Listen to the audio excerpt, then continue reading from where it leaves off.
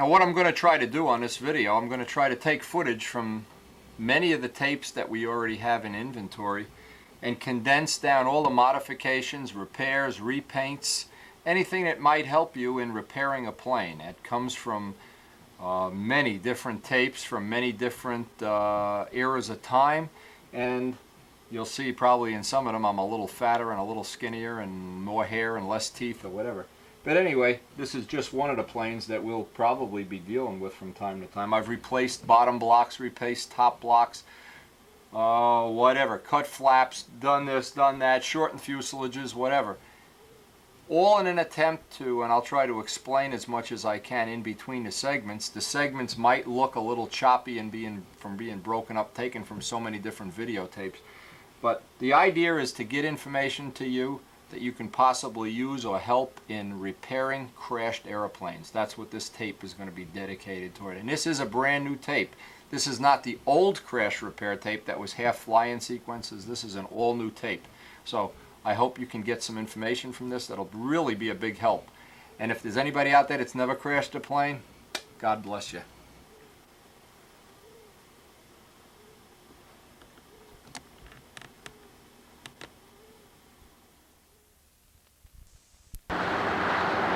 Expect Brian Ether here Thursday, so may get some of Brian's stuff on this set of tapes. Now if not, we're obviously going to have tapes at the Nationals, and obviously we'll try to get everybody's planes and flights on that. So I'm kind of looking forward to going. The weather's been pretty decent today, a little bit shifty with the air, but other than that it's been fun.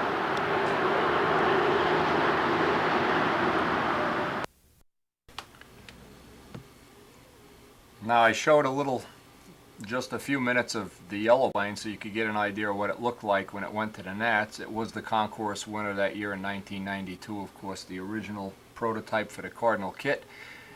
But as everybody probably knows, we crashed it on Top 20 Day and we did an extensive repair. And I'm going to take the footage from that tape from 1992 and put that footage of the repair of the original Cardinal. That'll be the next footage on here.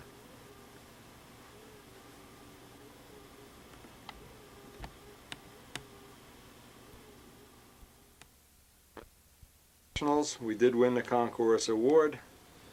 We were pretty much in second place nice and solidly until this plug problem, and we're having Jim work on a plug problem right now. We had a whole batch of bad plugs. Jim is going to try to come up with an answer on this this Fox Miracle plug going bad syndrome. We did have 48 plugs. Out of the 48 we found 3 good ones, and I don't know if that's atypical or typical. But several other people did have plug problems at the Nats. This, of course, cut out on Top 20 Day. If you watch the Nats videos, you'll pretty much see the situation here. And we do have a big repair to do, so we're going to try to get this patched up to use it for a test plane from this point forward. And let's hope we still get some good flights out of this guy after this repair is done. This was one heck of a good plane, and I really did hate to see this go needlessly and senselessly, but nothing I can do about it except get busy with the repair.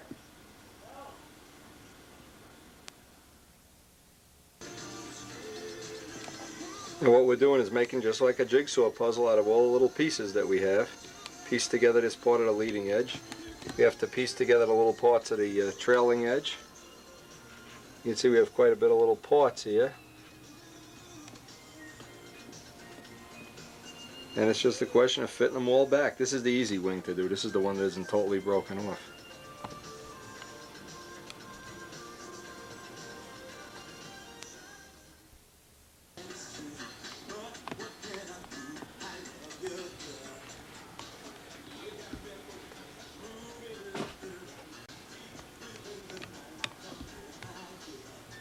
I'm just trying to show the progress little by little on this.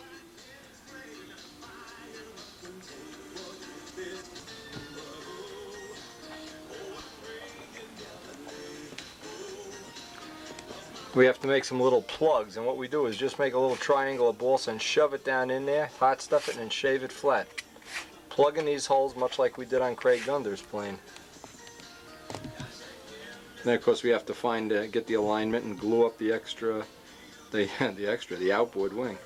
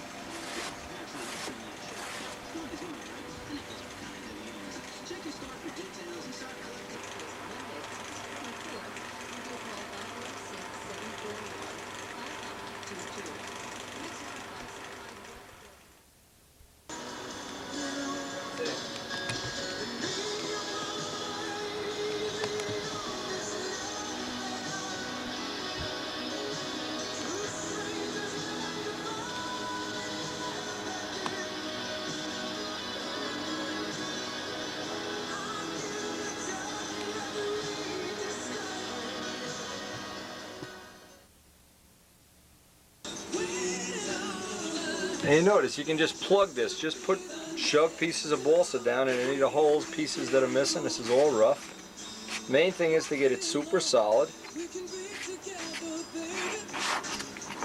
And we'll just go and grind this down with 80 grit paper, sand it. Get on with starting to put some finish on this. See how long this took us to do. A little after 6 right now.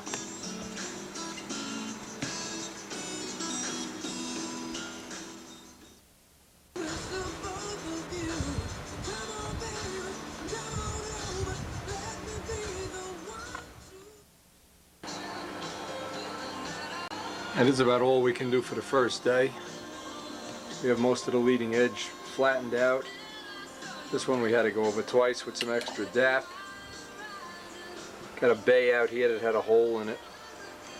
Now one of the main things whenever you're fixing a wing like this, I guess the number one thing to worry about is that the wing isn't going to fold. And in this case, you have to worry about the gear not folding either. So what I did is I turned the ship nose down and just poured glue into the leading edge. Poured a whole tube of hot stuff into each wing panel to try to firm up that sheeting where it's been busted. And you can see it's been busted in a lot of spots. So for one day of repair, we're going to quit now and go have something to eat. Concourse winter for 3 days anyway. And we'll try to get this patched up. Maybe even get a little more of this on video. We have the dope and the tissue, medium grade tissue, and some shrink dope here. Ready to start putting the patches on tomorrow. And obviously they'll take over a period of maybe a week or so to get all the dope on. And maybe even spray it and buff it out if it doesn't come out too bad. Main thing though is we want the mechanics of it to be right. So we can get you know, plenty of flights and plenty of tests in on this airplane. Because this will be the prototype for the 1993 Cardinal, and we'll decide then if we're going to make any subtle changes or just build another reproduction of it, either foam or built up. So for the first day, I guess this was relatively successful, and really hate to see this happen, boy. I can't tell you what a heartbreaker this really is to have to win the Concourse Award and then 48 hours later be doing a repair. And most of all, I guess the most annoying thing is not being able to compete on Saturday because I lost the pattern points and stuff.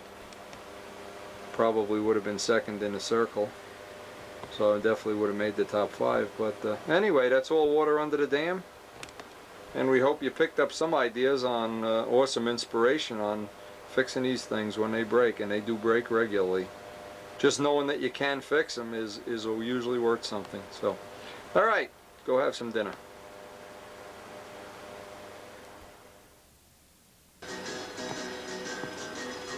Okay, this is Wednesday, and we have, just want to show for anybody that wants to repair. I've sanded with 320 around the thing, radiused all the bays. Going to use medium silk span to cover this rather than thin, so we have a little more to sand and blend into when we do the painting. This bay came out relatively smooth. In fact, I'm real happy with this guy. Now obviously we're going to sand all the edges smooth. We have to repair that flap where it's broken. I still have to block sand that out.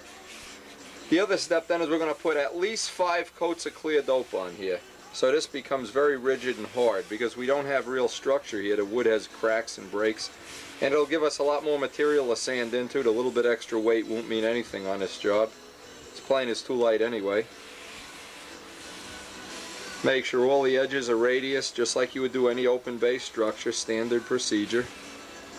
Get a nice bevel and radius in the leading edge. Again, you can block sand right into your clear finish here. You can't feel this if you close your eyes. We've got a nice smooth finish here. And the clear dope, we'll let about 2 hours go between each coat. It's really hot today. We have a fan on. Try to cool ourselves off. And anyway, then we'll try to get the silk span on later today. This one still has to be sanded. This one is rough. This one we still have to block sand in. And of course we got to flip it over, and we have 2 big patches on the bottom. So little by little, this is the second day of the repair, and already the airplane seems to be in one piece. And we're hoping we haven't messed up any of the alignment. We've done all the realignment by eye. I know Frank McMillan had just written a great thing about how to line up the rods and stuff, but since we're only going to be using this plane for a test plane, don't think we're going to be involved in spending all that time and energy, and we will be building another one, or maybe two over the winter. So anyway, for this much of this part of the job, we're going to go on and we'll pick this up on the next coat, get the 5 coats of clear on this.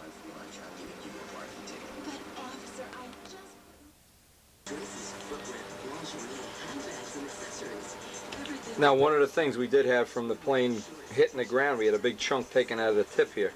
I just want to show this on the video for might help somebody. I've block sanded this in, and you can see I've feathered into the tissue, but here's a big chunk of raw wood.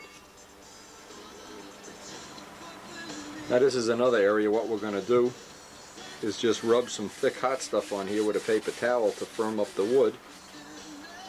Still a little flimsy, and obviously from all the joints and cracks. Same thing out here, and the same thing on the tip weight box. Got some scratches here. When you want to seal up raw wood, and here you've blended in raw wood into paint. Now I can rub my finger over this. If I close my eye, I can't see where you can't even feel where it is. Just take some hot stuff, put it on, and rub it with a paper towel, and get the towel off. And you'll see that hardens up the wood, and then you can block sand with 320 or 400. And now we can spray this with, just spray it with yellow paint and buff it out. Nice little trick. Obviously the silk span areas we're going to have to use dope on and whatever. But nice little trick. Hope you can take advantage of it. Hope you can get your repair work, you know, at least acceptable to you, if not concourse winning.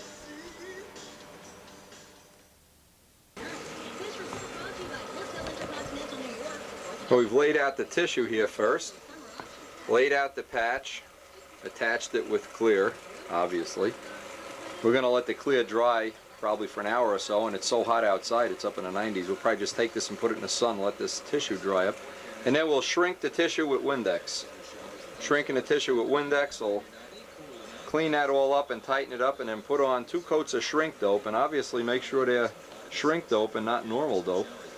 Get everything up drum tight, and before we go on with the finish, we're going to run a real high-tech test on this. I'm going to try to get the wing at the 2 tips and press down on the middle both ways and make sure we haven't lost any of the structure.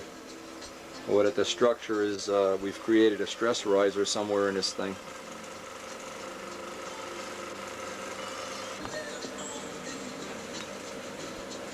And we'll flip it over and put the tissue, and on top we have 3 here. Anytime you do this kind of work, good tip. Anytime you do this work, always do the bottom first. Because if you make a mistake, or you have to get familiar with the equipment, or get some thinner in or some thinner out, always do the bottom first. Then when you get to the top, hopefully you'll have less wrinkles and less problems. And obviously you want to do this in a hurry now. You don't want to do the bottom and shrink it and just let it wait. You want to get both sides, and then both sides drying equally, the tissue drying equally, the water or Windex equally, and then the shrink dope equally. So we can kind of drum this up, I hope, by tonight. Hope to get this finished. And obviously, because we have so much humidity, I've had to make the dope really thin. Really had to thin the dope out. Anyway, this is almost getting to be the end of the second day of the repair, and being tired of doing this. Obviously, it's this is not the most fun job in the world.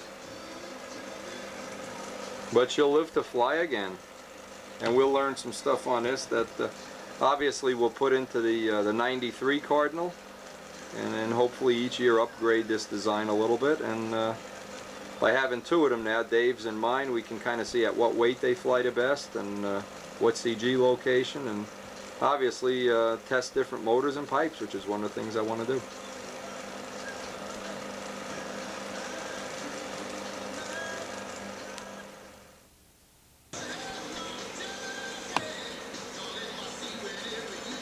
We're almost finished for the day here.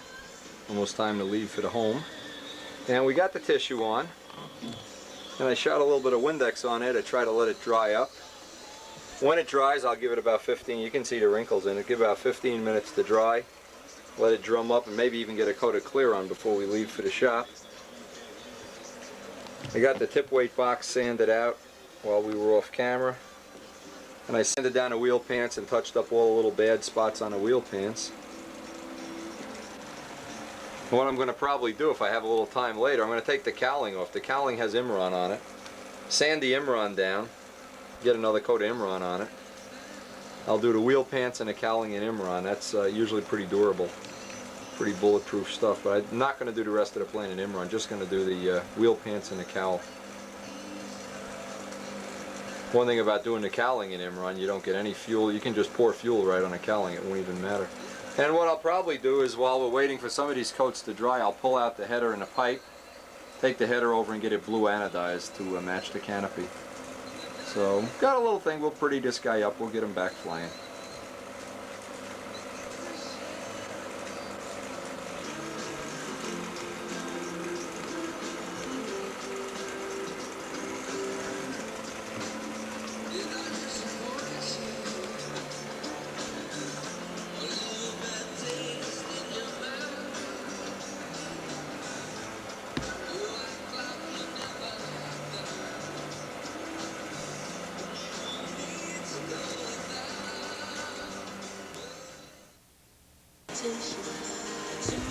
Okay, we have 5 coats of clear on here now, all shrink dope.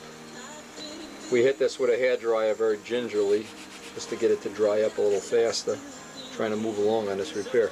I just wanted to show this technique of, we mixed up a little bit of filler. We're only putting filler on cap strips and the wood parts. Again, 5 coats of clear would be step 1, maybe 3 coats of filler. And tomorrow we'll try to sand it out. And then from that point on, try to be very careful about getting just the right amount of paint on.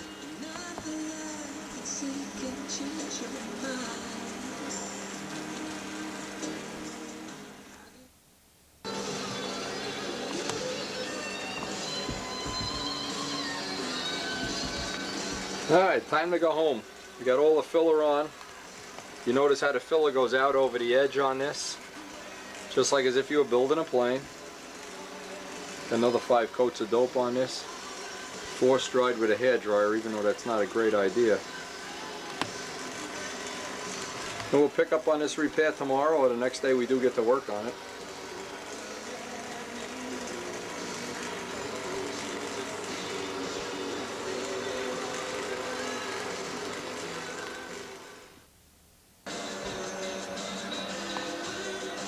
We spent about 3 hours sanding this out, putting more filler on. And then the next step is, I just wanted to show this on a video too, the next step is to get out the tube of nitro stain, red lead, whatever you want to call it. Fill in all the little rough spots, where we have a spot in the back of the flap to be patched, and up here. And that one big open bay came out relatively smooth. We don't need any on that. And obviously we'll sand this down, shoot some primer this afternoon. And maybe even get some of the purple started. Yeah, we'll see.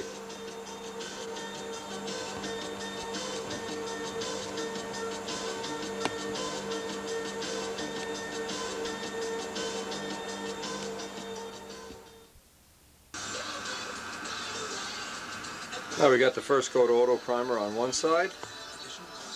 On this side we have sanded out. 600 wet with M600 Sikkens in a spray bottle. The whole trick is to get it all blended in. You absolutely can't feel where one begins and one ends. That's the whole trick. If you still find some little rough spots, you can go back with some red lead. I see we have a little rough spot right there. Go back and red lead it over, no problem. Clear, pleasant tonight for the fireworks, low as 60. Tomorrow, sun and clouds, a high near 80. Nice not bad. Saturday the 4th appears to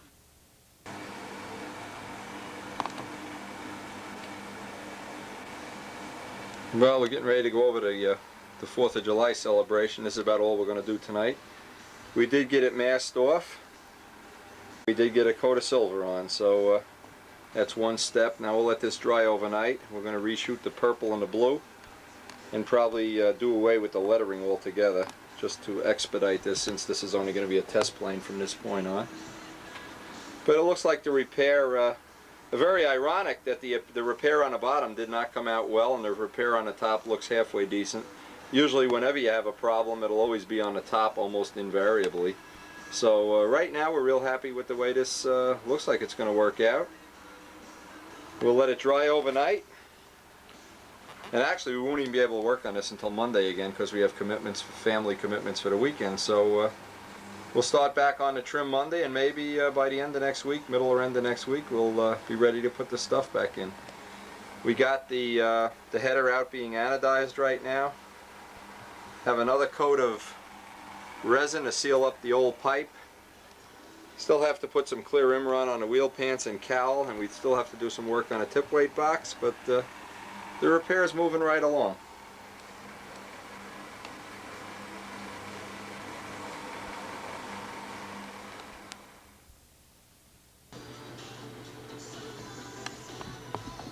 Oh, thank God the 4th of July is over.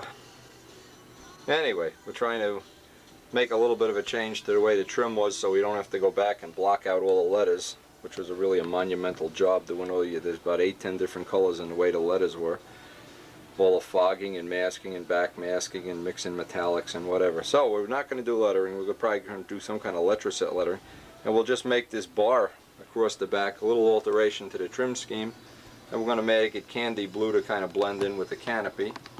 Add an extra trim color here to try to fancy it up somewhat. So that's the job for today. Obviously we'll have to let this dry for a while before we can back mask the purple, and then another day and then back mask the yellow, or at least if we have a nice warm day, which we don't today, we can go ahead and do that. So there'll actually be 3 back maskings here to do this repair. Kind of labor intensive, but right now the gnats are over and it's a whole year till next year, so we don't really care. We're just going to try to repair this guy and get as much use out of him as we possibly can as a test plane.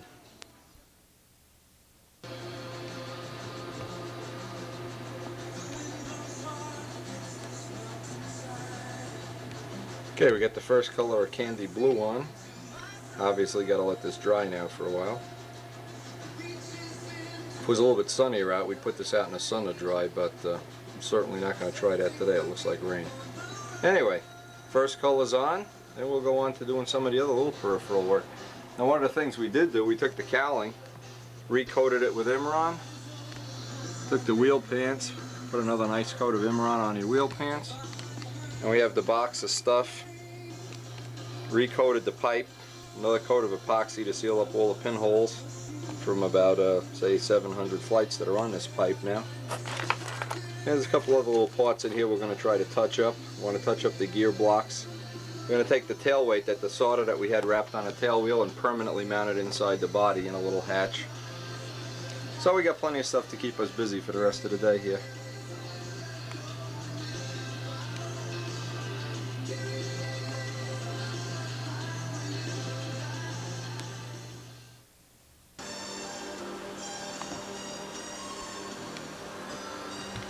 I pulled off all the masking tape. In fact, we have a whole garbage can full of masking tape here. Went out and bought some fresh professional grade masking tape so we can do the final. We need, where it's silver, we need to do the purple now, so we'll obviously back mask everything except the silver. Go in this afternoon. I hope it's the rain has stopped enough that we can get some of this painting done. Get the purple painted, and then we'll back mask the purple and blue and shoot the yellow. And this repair will oh my God, idiot left the phone off the hook here. Anyway, hope that seeing how some of these repairs work out will be a big help to you somewhere down the road. You know, even if you're El Mundro, you'll wind up lunching a plane, and even the best pilots in the world do have these little accidents and the need to make the plane whole again. And it really has to be really gone before you should give up.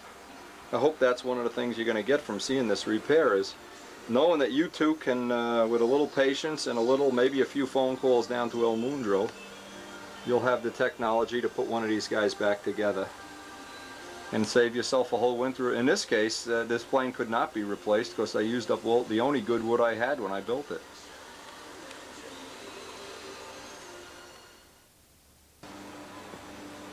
Hey, that's a good, that was worthwhile repairing, forget it. Yeah.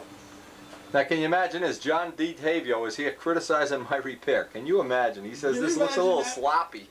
I told him he should give me, I told him he should give me the airplane. Windy Krasnowski. Anyway, we did get the purple on this afternoon, and tomorrow we'll start on patching the yellow and ink lines and lettering, and oh my God, it's going to be a long day.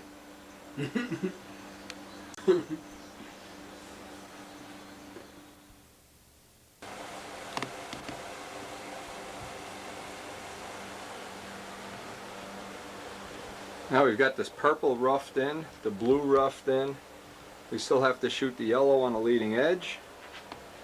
Have to shoot the yellow on this leading edge. And obviously go back and do lettering and ink lines and all that whatnot before we shoot the clear. And what we're going to try to do is mask off the whole body except for the wing.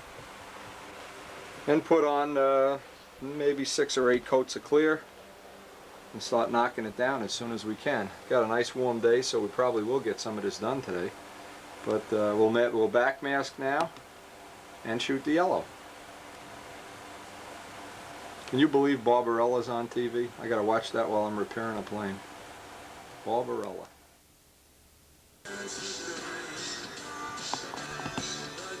Okay, we have the back masking done. We're gonna load up the gun and start shooting the yellow.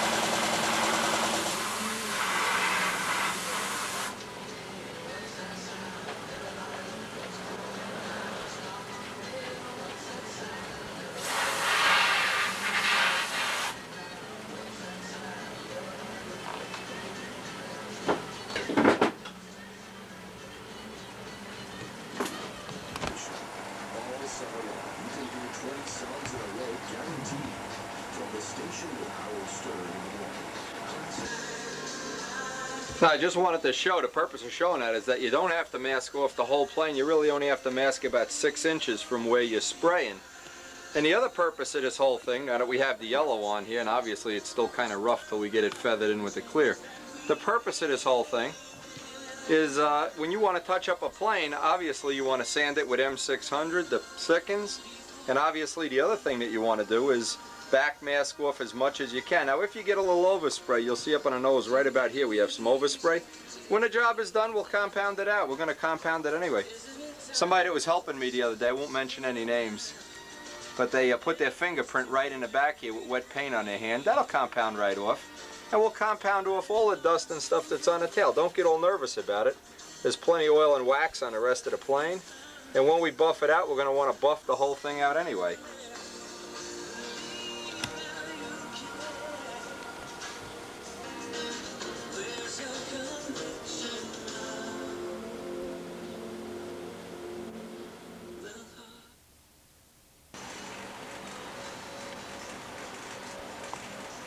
Now today what we did, masked off the body, pulled off all the tape of course and touched up the little spots. Masked off the entire body, towels and paper. Shot a few coats of light coat clear on a wing so that we can block sand in all these edges, and the edges are very rough. And we have to see right here where the line is shot, and we have to touch up the ink lines. But what I want to do is get some light coat on here so I could sand it 600 paper and get a nice surface I can do my ink on. Because the humidity is so high today, this blushed out, and I really didn't want to put any more clear on it, or I might have put another coat, but That's it for today because of the humidity. We'll have to wait for a day with a little less humidity.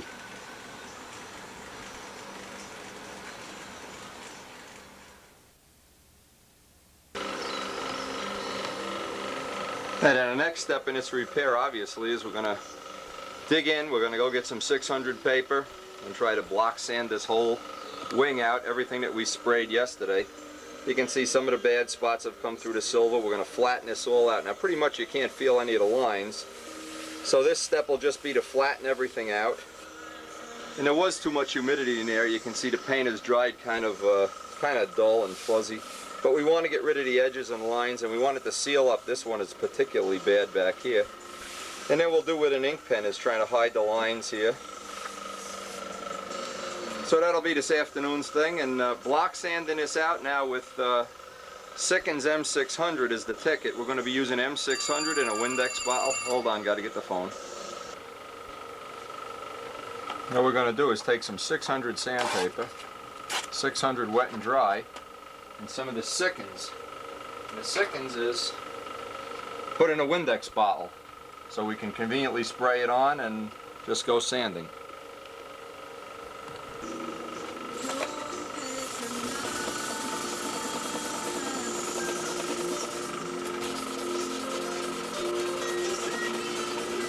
All we want to do with this coat is get all the paint edges flattened out, and we're going to have to go back with a brush and even up all the paint edges that are bad. This kind of a repair uses Sickens M600, which is the equivalent of Prepsol. Get on all the open bays, 600 sandpaper. Once you get everything kind of knocked down and flat on one panel, which probably would take, I'm guessing, half an hour or so a panel, we'll be ready to go by and do some ink lines and touch up. The M600 constantly kills off the contamination from your hands. Gets all the rough edges down. And anywhere we want to feather in a repair into the old original yellow paint, 600 and 600 sandpaper. That's a good way to remember it, I guess. Anyway, okay, we've got enough of this action on here. We'll spend about a half hour per panel, and then we're going to go by and touch up all the little imperfections in this. And it's really like a 2 or 3 step process because everything is so rough here.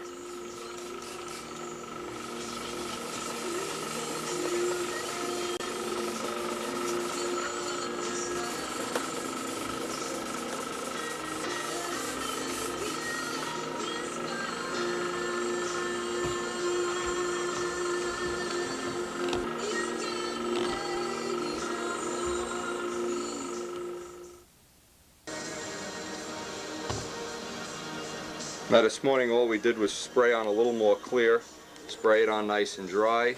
Gonna let this dry now till Monday before we start inking it. We'll probably, tomorrow is the Circle Burner July contest, so we won't be working on this today. I mean tomorrow.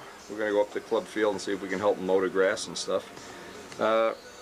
Real important now, if you're watching this video, if you're interested, last night at the Circle Burner meeting, I put on a finishing demo that I videotaped. I have 2 hours of video of the finishing seminar. Complete finishing, a lot of tips, a lot of tricks. If you want a copy, obviously, pop a check for 15 bucks in the mail and I'll get one out to you. We have it videoed and we have it from 2 separate camera angles, so it should, we haven't edited it down yet. We should have it ready to go real soon. And obviously one of the things we discussed was this repair and other repairs that I have done in the recent time.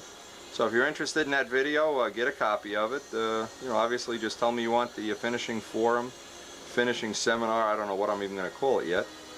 And it'll help you in your finishing techniques, that's for sure. It'll help you in any repair you have to do, that's for sure. Alright, so we'll pick this up Monday when we get back in the shop.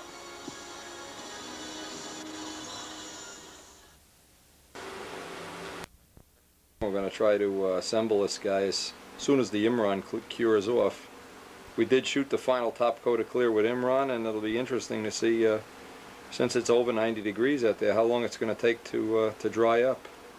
Give it about an hour or so and we'll see if it's dry to the touch.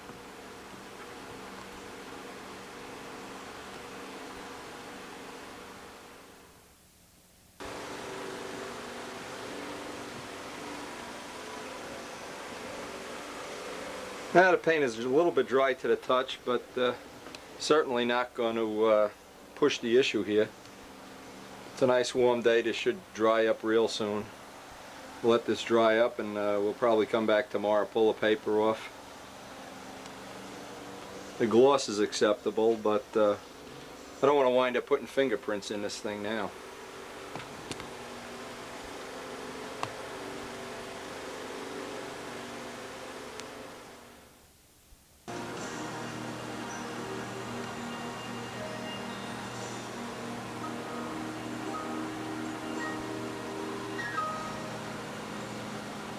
We're about ready to assemble this guy. It's getting too late. We'll probably do this tomorrow. But anyway, pulled off all of the paper. Looks like we have a reasonable gloss on the wing. The wing is dry now to the touch. And of course we'll buff it out so it'll match the body. Match the tail. We got a couple of bad spots right here we got to buff out. We got a little bit of overspray on the scoop, I noticed. Got some overspray up on the front there by the scoop where it bled through. Other than that, we're going to buff it out, clean it up, and try to get some flying in it. One of the things I do want to do in the near future, I built this plane without adjustable lead outs, and since there are some other things I want to try now, I want to retrofit adjustable lead outs somewhere down the road. Certainly not now. I want to go get some flights on this.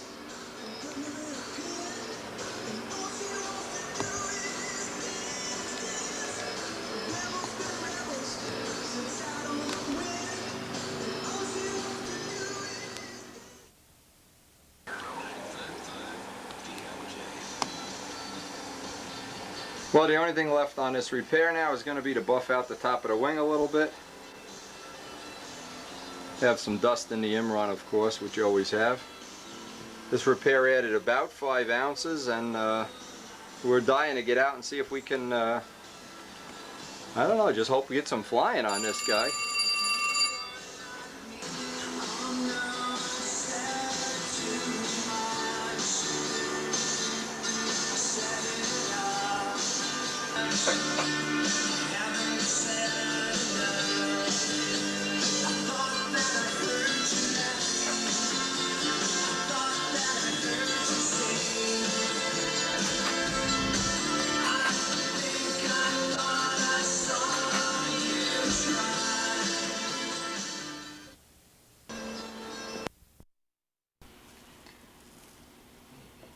I hope you got some useful information out of seeing that repair.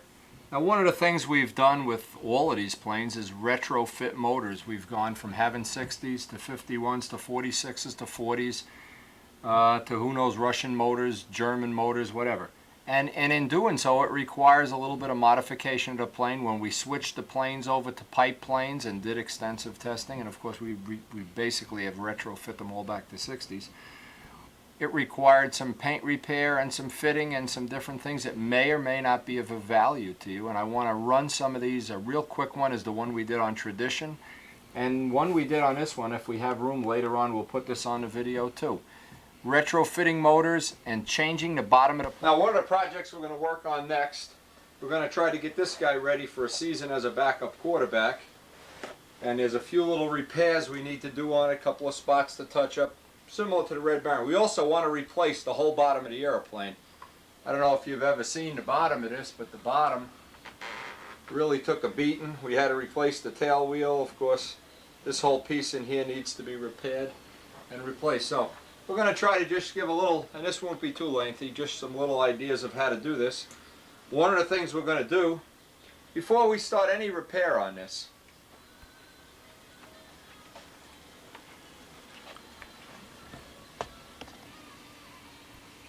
before we even start the repair, we want to get everything wiped down with Sikkens M600. Now what I've done, I put it in a spray bottle anyway, and we want to wipe the whole plane down with M600 now. Step one is let's wipe the whole plane down, get all the grease and oil so you don't wind up having it on your hands for the whole duration of the the repair job. Any repair job you start, get the whole plane wiped down with M600 first. Okay, now I know I didn't show this on camera before, but this is a WD-40 bottle. I don't want you to think I'm wiping this plane down with oil or anything like that. This is Sikkens M600. This bottle seems to be a little better than the normal ones. If you wind up putting the M600 in a Windex bottle, what happens is the bottle self-destructs and it melts and everything in time. So what I like to do is squeeze the bottle a little bit, get the liquid going, get the whole plane wiped down with M600. Now there's a lot of little spots on here that are going to need to be touched up. We're going to make a couple little modifications to it. But step one is always, before you start doing a repair, get that whole thing wiped down. And you can actually see, if you can see up close, see the grit and the oil and the wax and everything comes right off. Get in the hinge lines good. Again, if you've seen the video previous to this, you saw what we did to the Red Baron. I like to give this about 2 wipes. Gets it nice and clean. And we'll just go around the whole plane. Get it nice and clean before we start cutting and hacking and sanding and whatever. Good product if you haven't seen it on some of the other videos. That's Sikkens M600.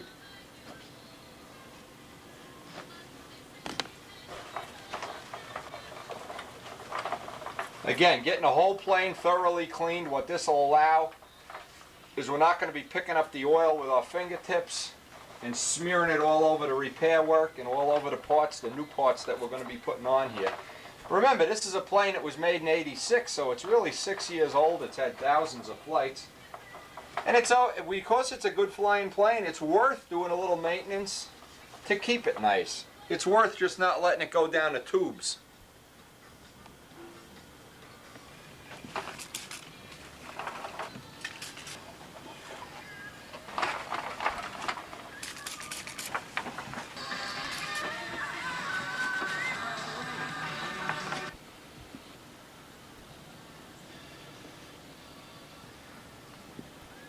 Now, one of the things I try to do when I clean this all up, I try to look around for all the little nicks and dings and things I need to fix. Now you can see how much, wear and tear is on the bottom of this plane. You can get an idea here. This was just a temporary thing so we could test tune pipes. You can also see just how much we've worn out the wheels from all this flying. We really do need a new set of wheels. They're both worn out, in fact. So we're going to do some work on the landing gear. We're going to just cut the bottom of this plane right off, and this is something I've been wanting to do for a long time. It needs to have the bottom block replaced. It's going to be kind of a time-consuming job from this point of view. And we want to repair up these landing gear if we can. A couple of other little modifications. And while I have it apart like this, I'll give Big Jim a call and see if there's anything else he wants to try in terms of experiments on this, so that the next time we get together with you, we can we can get some test flights on this and see what worked and what didn't work. So we're all cleaned up now. We're ready to cut the bottom of the plane off.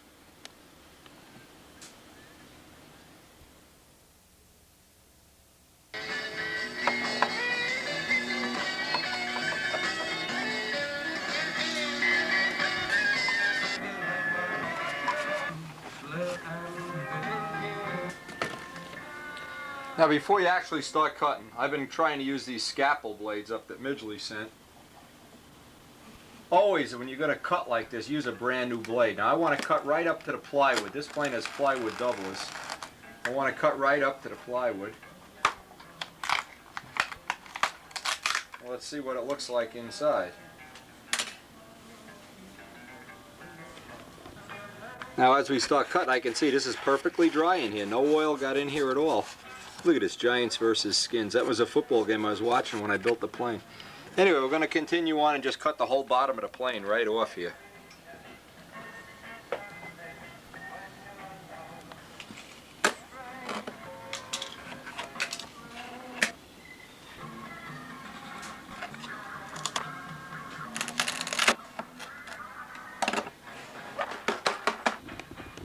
You can see all the junk that we got out of here. All of these parts are oil soaked. That's why look at the oil coming off of there. Now what we'll do is we'll weigh these up and see how much they weigh, and then we'll know when we put the new bottom block on just how much we're going to be picking up on the plane. I hope we're going to not pick up much at all, obviously.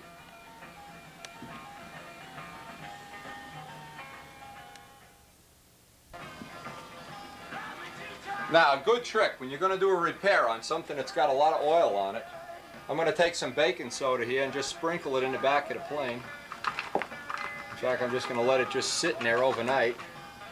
And I'll get an old paintbrush. Let it pick up as much of the oil as possible. That is about all I'm going to do tonight. I'm going to let this pick up the oil. And what I'll do is get an old paintbrush. We got an old junky one here. Oh, we always have junky. And just rub this baking soda into the oil. It acts like kitty litter. It'll pick some of it up. And then we'll vacuum it up. Now this is really not that oil soaked. It's not in terrible shape, but any oil we can get out of it now. I know Mike Rogers' plane picked up a lot of oil. He was complaining about it. Had a hole up in the cowling. So we're going to get this rushed in. And what we'll do, we'll let it sit overnight. We'll pick this up in the morning and hope that that this by then has picked up most of the oil.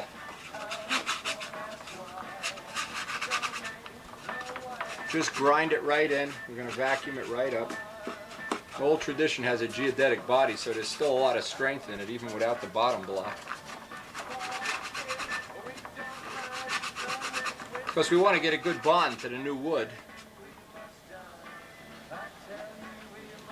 And just grind it in. That's the only thing you can do here, especially in the back. The further back in the plane you can get rid of the oil, the better it'll be.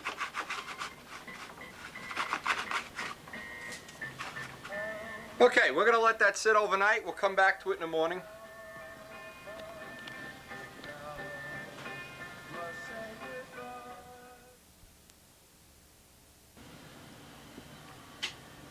Now this morning we got up and vacuumed up all of the, I guess you can see there's still a lot of loose stuff in here. We vacuumed it up real good. Now what would be real handy right now if we had an air compressor in here, we don't have our air compressor set up yet, but we're going to have to set it up today because we're going to do some spraying. Anyway, we could get all this, the baking soda out. What we're going to do is, it's really cold outside, so we're going to take it outside and just blow it out outside off camera, then we'll bring it back in here, and then we'll start today's, well, shall we call it bottom block lobotomy, whatever.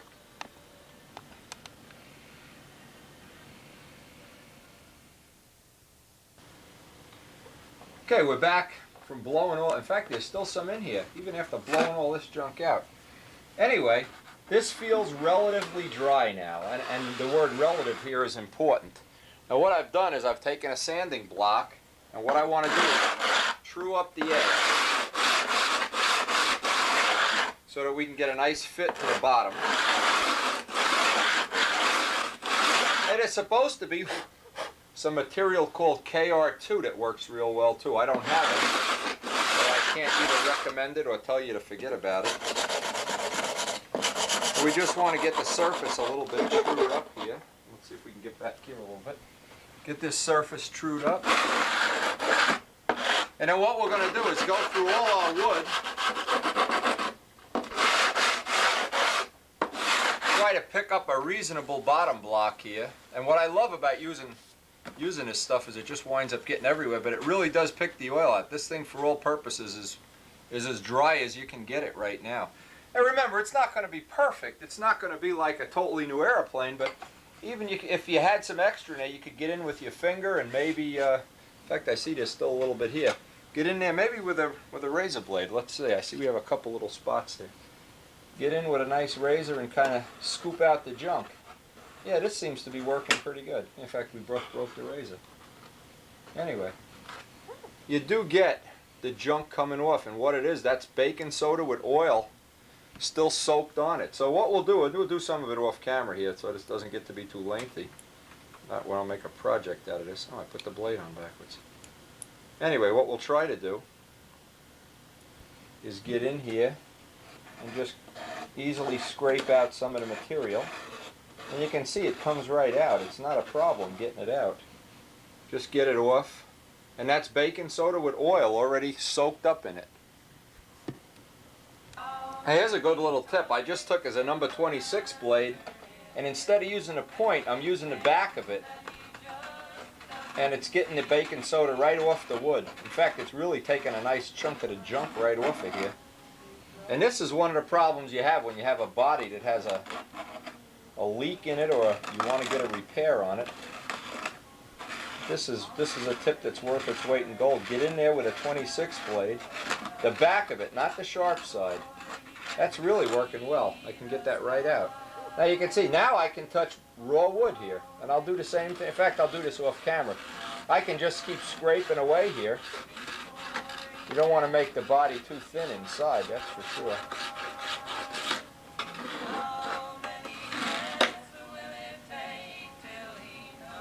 I just want to show this on camera. This is a set of wood knives that Jim Damarel bought me when he was in China. And I've just been playing with these. This one right here is exceptionally good. Again, I don't know that everybody's going to have a set of these, but just to get in there and scoop out, and you can see this takes it right off. It just takes it right off. So anyway, if you do a little experiment, you'll find a way, any one of these blades, that can get the stuff right off. Now with all that cleaned up, what we want to do is take a little bit of CA and run a bead right along the edge, and this will get a good penetration right into the wood. Got to go kind of slow here, because we want to have a nice clean surface to get this bottom block hooked onto. We don't want to be gluing it onto, really, we don't have much wood here to begin with. Maybe it's a 16th. Just get a bead of thin CA on there. That'll give us a little foundation to hook, get our bottom block on. What we're going to do next is run over and pick out the best of the blocks. We're going to use a 1/2-inch piece back here, but get a bead on everything. Now obviously we don't want to add a whole lot of weight here, that's the problem. If we had a super light plane, it wouldn't matter if we added a lot of weight. I want to get up by the nose too. But this plane is good and oil soaked, so we're really trying to do this with the minimum amount of wood, glue, and paint. And if you remember the old trick, once you get the oil out of it, or most of the oil, get some thin CA on that oil soaked wood. That thin CA, the thin CA is capillary, so it gets down underneath the oil and gets a good grip. Now on top of this, now we'll have a half chance, very small chance anyway, of getting the block to hold on real good. Because don't forget, we're going to have to glue it on, tack it, hollow it.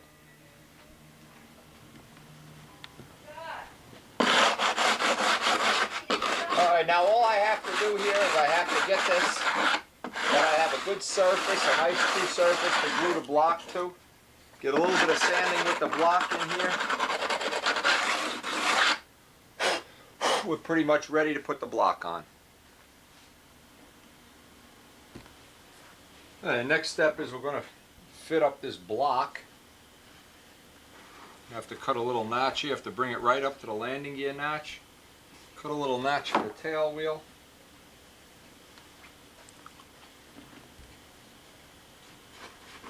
Let's see if we get that even with that, and we know exactly where the notch will be for the tail wheel.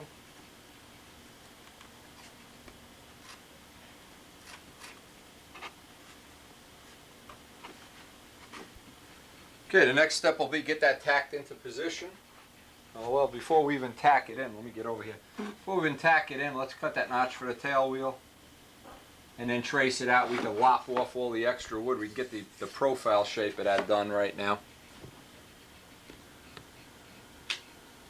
Okay, now because we did the CA, we have a nice bond, and we'll be able to tack glue this right into position here.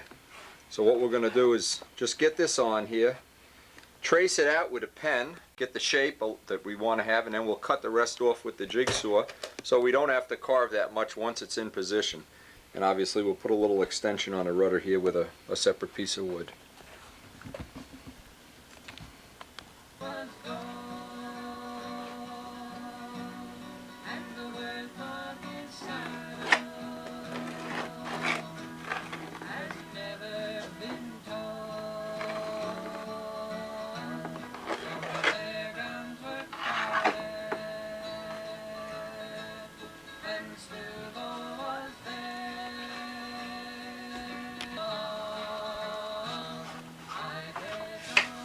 Okay, now you can see we are missing a little spot. You can't get underneath the wing here. You kind of have to interpolate that. So what I'll do is I'll leave this a little bit oversized for now. And I want to connect the dots up here. I'll leave it plenty oversized. We can get in there with the knife later. Okay, so we have the basic outline shape. Now I'll just go over to the jigsaw and saw that right up.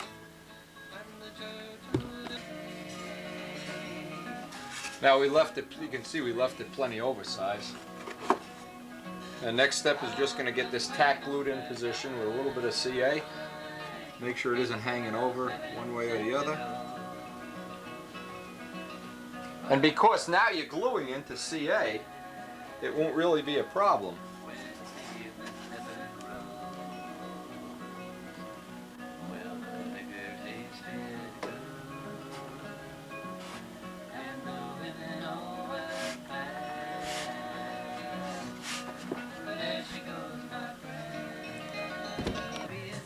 Okay, we got the back piece all glued on here now, nice and solid. Now what we'll do, we're going to just repeat the procedure up here, make a little piece for the front with the piece that's left over.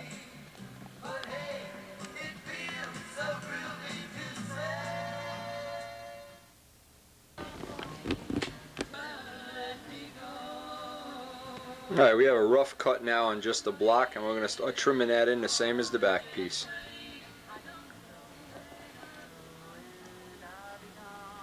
Okay, the blocks are both tacked in, and now it's just a question of carving them to the outside shape.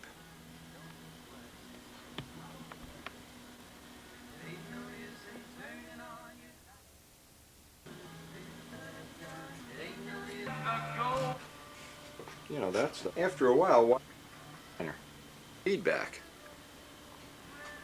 Taking it apart.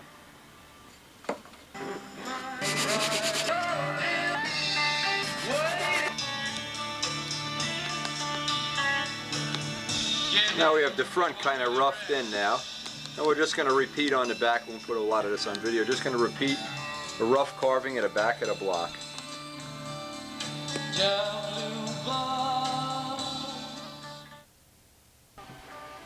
Now I got the cowl block all hollowed out here. What I'm going to do now is epoxy it and tape it in position with some masking tape. Get plenty of epoxy on the inside so that it's fuel proof, of course. This is a good spot to run a sanding block down anyway, too. Again, we're trying not to add a lot of weight here if we can help it.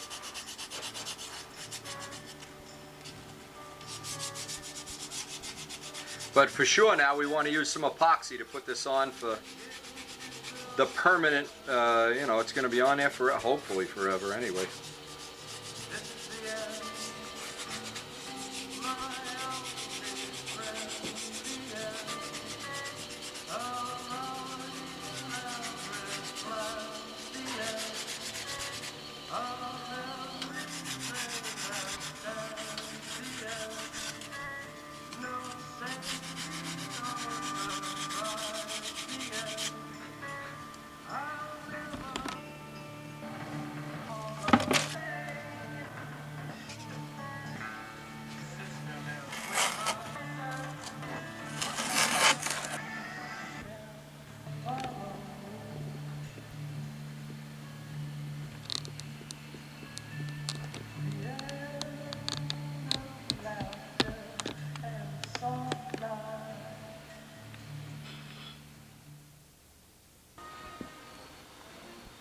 Now in the last couple hours we popped the bottom block off, hollowed it out, because we had to make a little patch in here.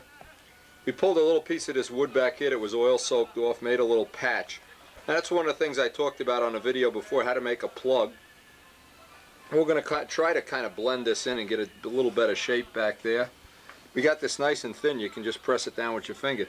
Now that it's hot stuffed on permanently, now I want to get that joint with a sanding block. Work that joint real good. Get as much of the joint smooth as I possibly can. Again, when you're going to glue this on permanently, the trick is leave a little sanding dust in there. It looks like it's on pretty solid now though.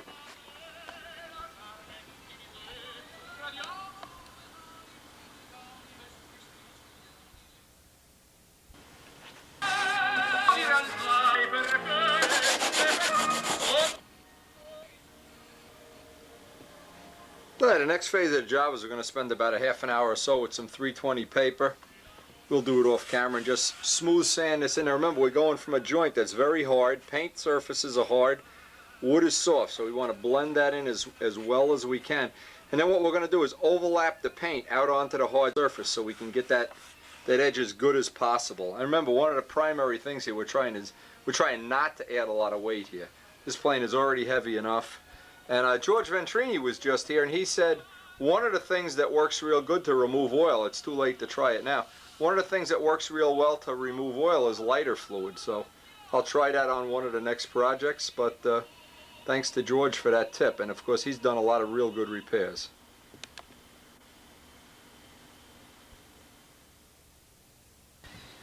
Alright, now after it's sanded, I'm taking some thin CA, putting it in the little cup that the Dremel wheels come in. Get yourself a whole thing of Q-tips because you're going to need them. And just start at one end, take a few drops, rub it in with the Q-tips. Go over the seam and out onto the raw wood a little bit. And just keep replacing. You have to go real fast. You can't dilly-dally. Now what it does, it picks up the sawdust and it gives you an edge where the wood ends and the CA joint begins, so that now you can sand it, and from this point on we'll use 320 or 400. And we'll just, now that instead of being a razor edge line, we have a spot where it's hard and a spot where it's soft, and a little bit of a blend here.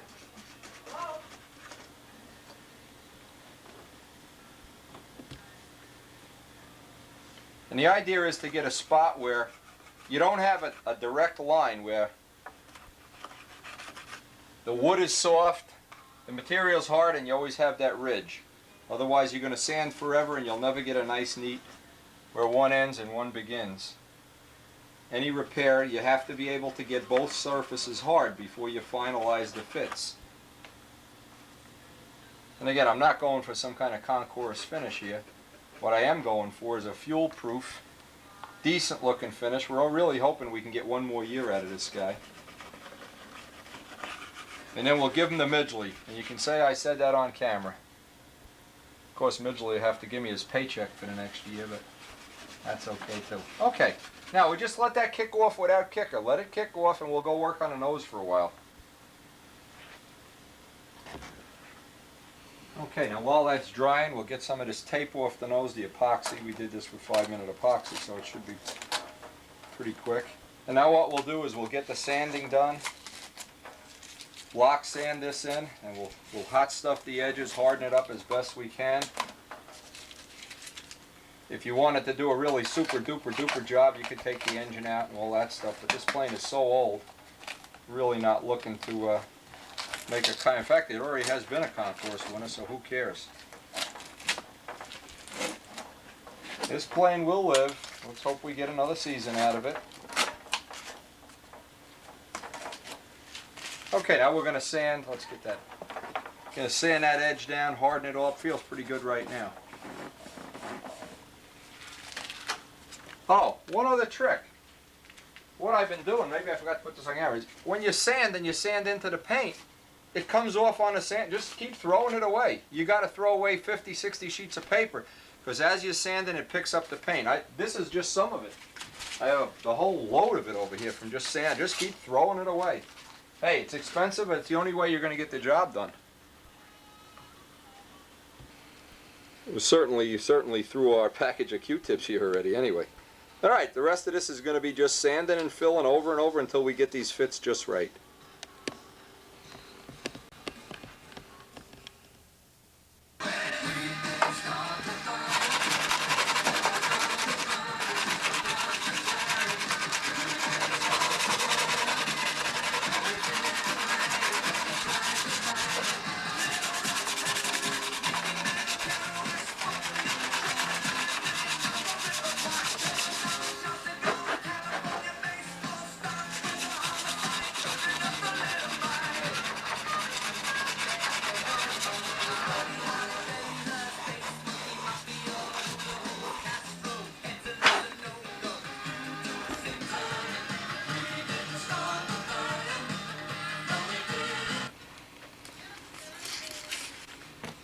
Okay, obviously the next step, all the sanding, the preliminary sanding's done. Get all the dust and dirt off it and grease and the fingerprints. More M600. We'll be ready to put the first coat of finish on there.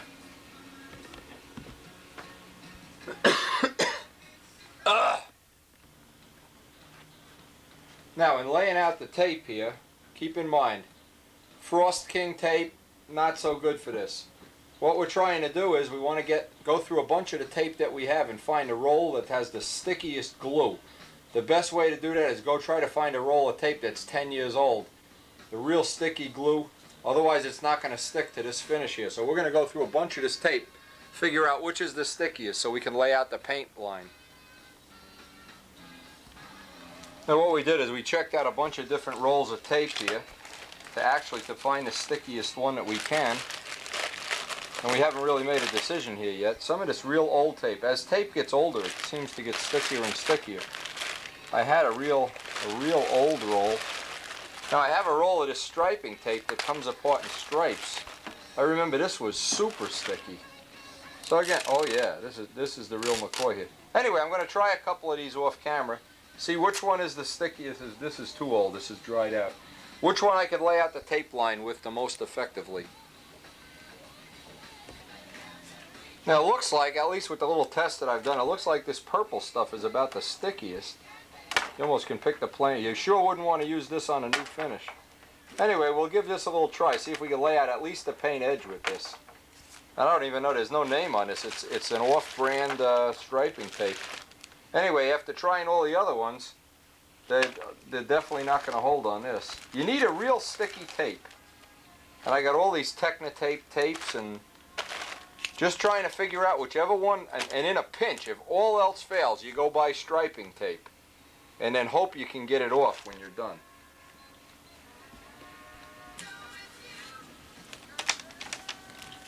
Again, this is the part of the job that's difficult. You have to get this in your little technology area here. You got to get the right tape when you want to do repairs. You can't use the same tape that you would use on a new airplane. New airplanes is a totally different thing. You're worried about pulling paint up. In this case, you're worried about tape coming loose.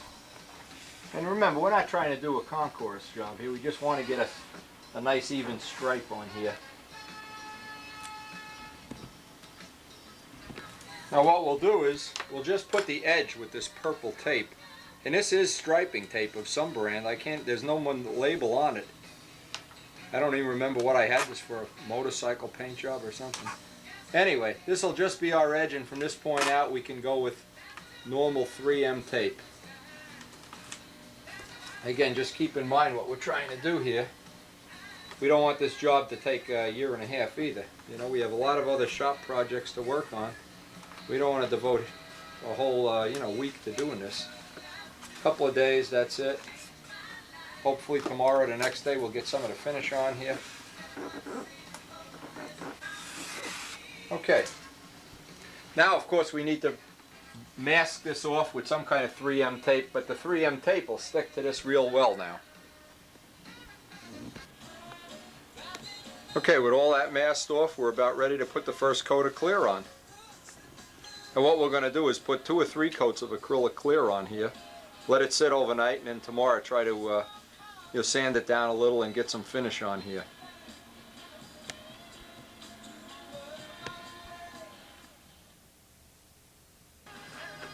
What we did, we have an old jar of acrylic clear with a little bit of 3608S in it. And we're just going to try to get 1 coat on about every hour or so. Get 2 or 3 coats on. And then we'll try to get some kind of filler on here. Again, we're just trying to build up a little substrate. Go right up to the tape. The clear will seal the tape, obviously. Again, we're not trying to make a major project out of this. That's one thing to keep in consideration. We want this like a quick and dirty job. And I haven't decided whether we're going to spray or brush the rest of this on yet, based on what time constraint we have here. And we are working within a time frame because we're also doing, at the time we're doing this, we're spending about 10 hours a day renovating houses and getting our bathroom and kitchen in and all whatnot. So anyway, belabor the point. We'll get a coat on this every hour or so. An hour is usually all it takes for this to dry. We'll dust it off and then decide what kind of filler we're going to put on. Okay, we got 2 coats of acrylic on in now. We're letting them all dry up. Looks like it's going to dry up in another hour or so. Now I got these great little splotches on the bench from the hot stuff. You remember that? Well, I got out the old ice scraper. Remember that trick from, I don't know, last year's tape or whatever. Now's a good time while you're waiting for that to dry. Clean up the whole bench and we could start working on these wheel pants.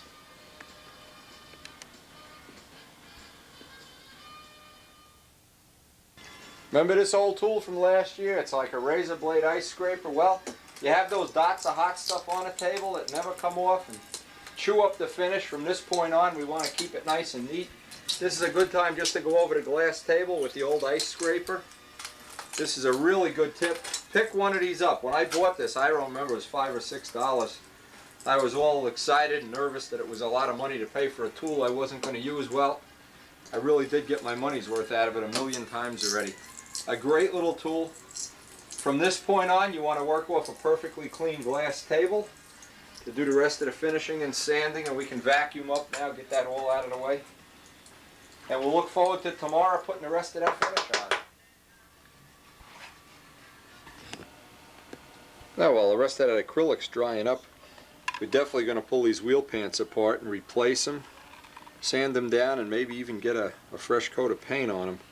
Definitely we'll be replacing the wheels. In fact, because we'll be flying over grass, you know, 90% of the time now at the circle burner field, now that Bradley's is gone, I think we'll go to the next size larger wheel.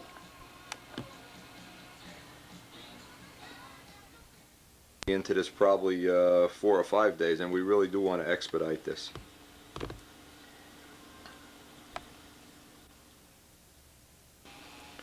We also, in the time we were waiting for the dope to dry,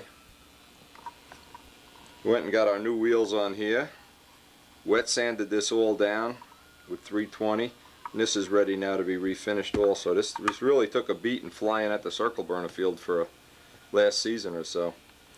Alright, so let's get on with seeing if we can get some color on this guy today.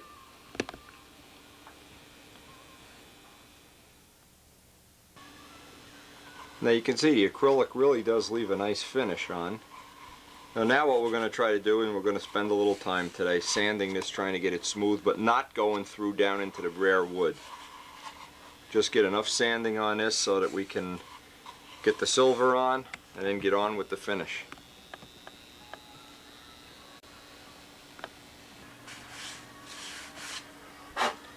One thing you notice about sanding the acrylic, when it's nice and hard, it'll dust right off on the paper.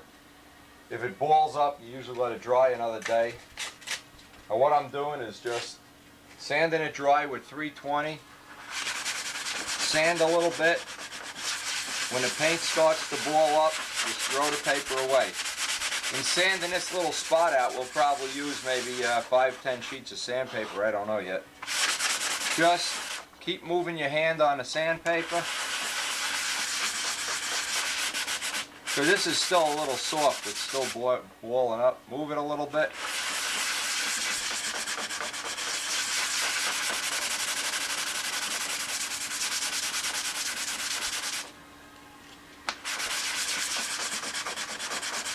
Try to sand against the grain, because again, there'll be no tissue on this. We're not going for the concourse here, we're just trying to get this sealed up nicely. Do one little spot at a time. And you'll notice the acrylic in 2 or 3 coats makes a nice base. Makes a base that you actually can paint right over. And if this was a summer day, you could do this outside. Let's get this on a close-up.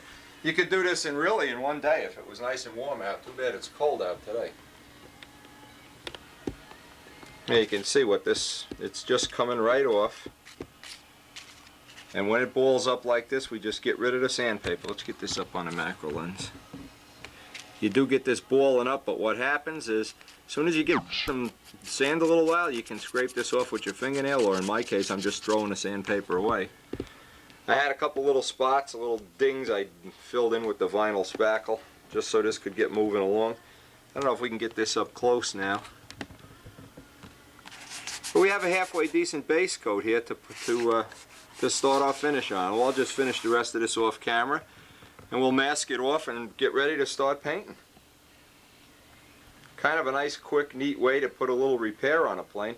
And I guess that's what I want to show most of all on this, is how you can get a repair on a plane without having to worry about making it take a week or so. You can try to get this done like in a weekend, couple of days, and get it back in the air.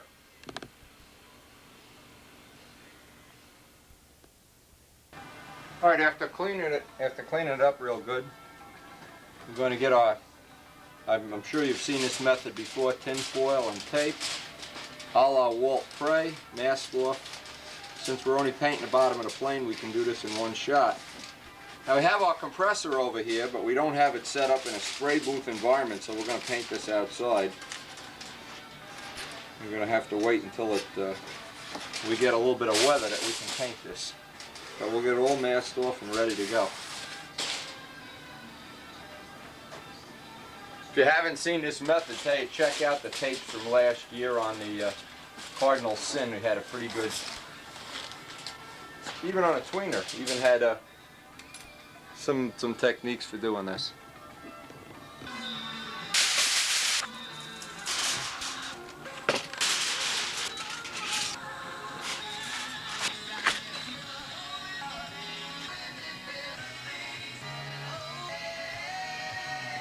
Okay, next step is we're going to take this outside and throw a coat of Sig Silver on it. Clouds tonight down to 32, and Thanksgiving Day tomorrow, clouds, maybe a shower or two with a high of 50. 35 at Madison Square.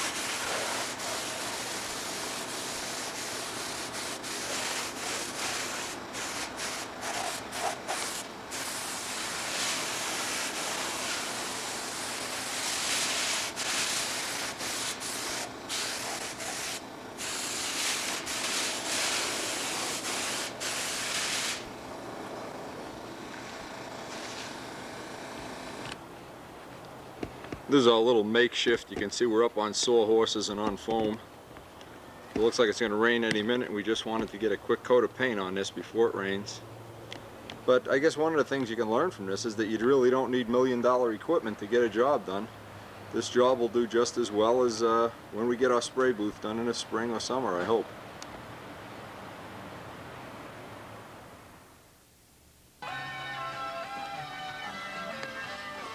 Okay, well, we got a little test on the red by doing the wheel pan assembly.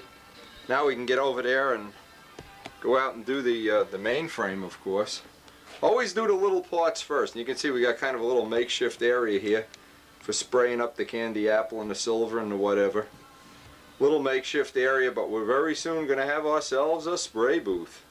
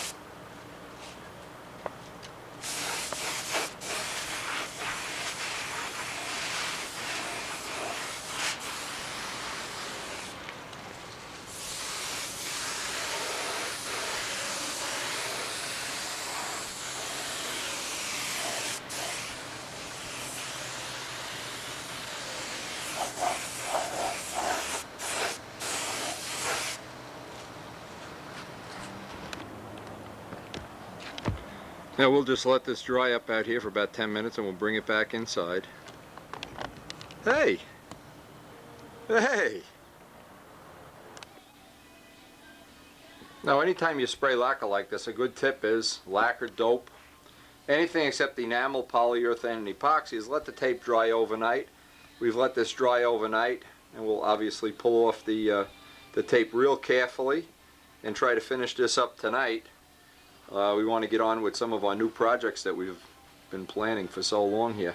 Anyway, when you try to pull a tape off prematurely, you almost always get that lousy, ratty line. So we'll do this real carefully.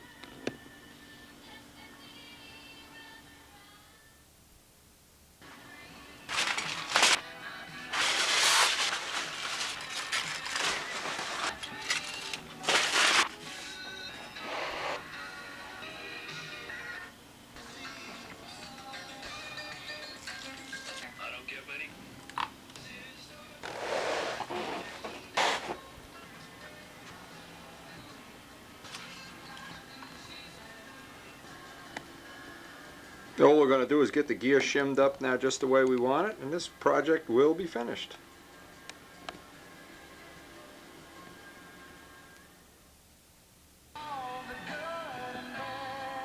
So what we did, remember the old trick with the striping tape? Put a little accent stripe on here just to dress it up a little bit. And of course we'll wait a week or so and then hit this with a little bit of rubbing compound.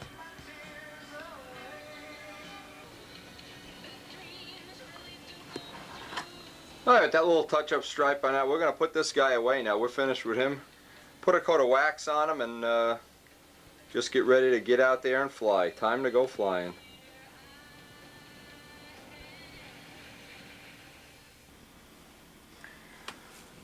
Now, one of the most satisfying repairs that I've ever done, I helped Craig Gunder in 1992, just before the Nationals. Craig only had one good competitive plane, the Big Black BJ, and of course had a flying accident and was very depressed and pretty much wanted not to go to the Nationals and was going to drop out of competition. And you know, the bottom line here is not all of us have an Air Force. Like I have the Polish Air Force over there with 15 airplanes. Well, some people only have one or two good planes, or some people only have one. And if you only have one, that's when it's even more important to be able to repair it if the need comes up. Now this was right before the Nationals. Craig really had his heart set on going, and I gave him a hand repairing this, and it involved Russ Hunsberger doing about 8 hours of special driving and making some special trips and some special, I don't even remember because it was 2 years ago, but it was an extensive team effort to get Craig back in the air. And as I look back at this video, as I was looking at it, it brought back a lot of good memories of what this hobby is really about. People helping people, competitors helping people. Somewhere either in this volume or in the next volume, we already have enough footage for the second volume of this tape. We're going to show the some of the other crashes that have been team efforts. Mike Pratt's at the Nats for one. And that's really what part of what makes this worth doing and worth having a group of friends that'll pitch in behind you when you need help. This was a repair that we did for Craig.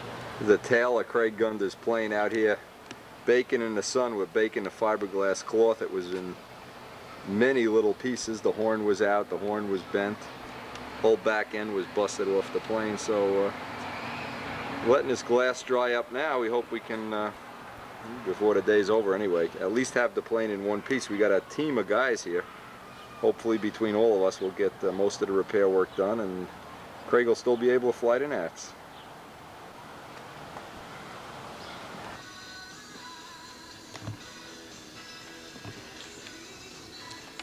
You can see we're right in the middle of getting this repair on Craig's plane. Got the tail sitting over there. Got some of the glass work done. Got a couple of the little pieces of the body straightened out so far, but the hours are going to go by before this is finished. This is going to be a labor-intensive program, so we'll get as much of this as we can. For Craig's memorabilia, Craig's photo album. 3 days before the Nats. Yeah, he's good. So I better go and help Wendy give me the red flag over here. I better start helping.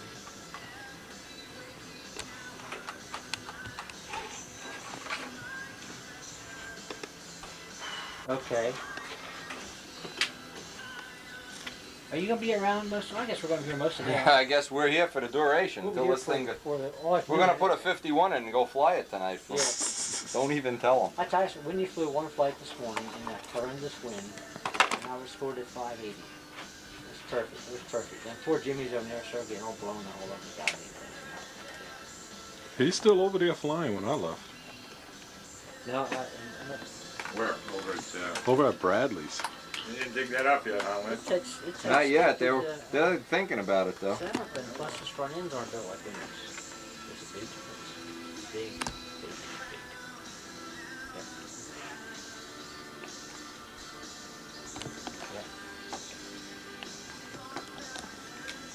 Yep. His battery's starting to get a flash Don't on do it. front end. Otherwise, you're gonna have all kinds of. Can't make any, the For flaps any longevity. bigger on that, huh, Wendy? What's that? Can't make the Three or flaps four any meets, bigger on you that, know, huh? No, I'm not the designer. Jim's the designer. Yeah, and vibrates and you get it shit running, and then it's tight and you get that shit maybe better run. You never know. Repeatability just isn't there. Knows what this is like. Fine. Jeff was here the last time when we fixed your yellow plane. We had about 5 guys. It was kind of a.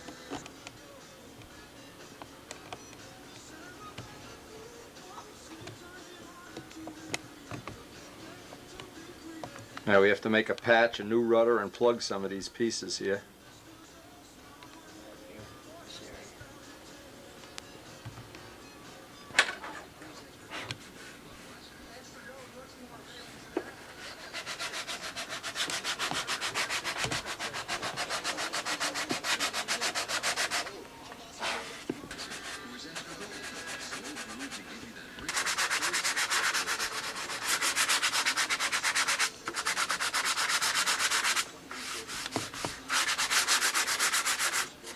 Amazing.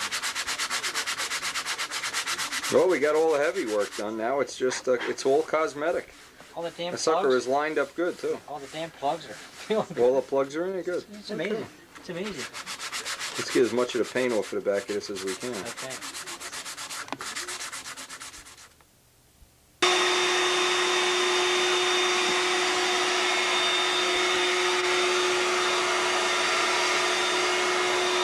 Now we got the repair all sanded in. We had to make a new rudder, parts of a new rudder anyway. Do a lot of filling here and a lot of sanding. We're going to just put a lick and a promise, minimum 1 coat of black on this. So hopefully he can assemble it and fly it tomorrow.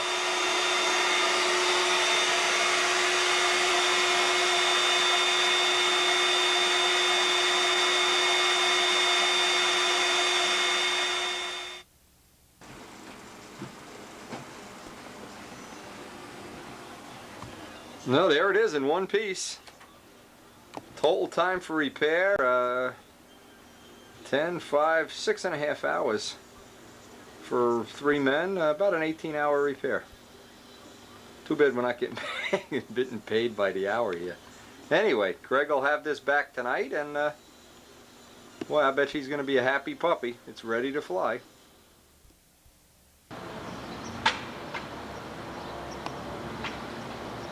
.30, and we're getting ready to try to get this in Russ's car for the trip back to Pennsylvania. So it'll be a thrill. I don't know if we're going to be able to even do this. Well, we'll give it a try.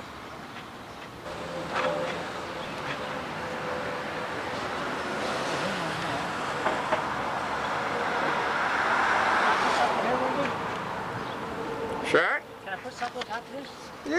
Yeah, just I got some foam in the garage too if we need it. It's been an amazing day, huh? This is unbelievable. Now to close out this first volume, we have a couple of little excerpts from tapes that I went through, and believe me, I've been looking at tapes till my face is blue the last week, that show little minor repairs, little minor touch-ups, things that you might or might not be able to use. I think this would be a good way to end Volume 1. And then we're going to start accumulating footage for Volume 2, which I hope very soon will be available. And I hope, most of all, I guess number one thing is that nobody else crashes for the rest of this year, for the rest of eternity, including me. I've had my share. I have paid my dues. Anyway, we hope that that you're learning some little things, or at least being inspired toward knowing that you can fix these things when you have to. Or, for instance, that you'll have some little tips that'll save you some time in the future, save you some effort, save you some frustration. A lot of this stuff is stuff that's not published in magazines, or if you don't have a friend in the body shop industry, for instance, you would not have access to the information. You always, please, always feel free. I'm hard to get a hold of on the phone. I know, renovations and everything. But we hope that's going to change real soon. In the meantime, leave a message. I'll call you back if you need to know something about repairing a plane. I will really make a special effort at trying to get a hold of you. I know it's important when somebody crashes. They really do need to know. And in fact, many people that I know have crashed, I will just be sending them this video out right away and not even asking for the parts need to be repaired on this guy.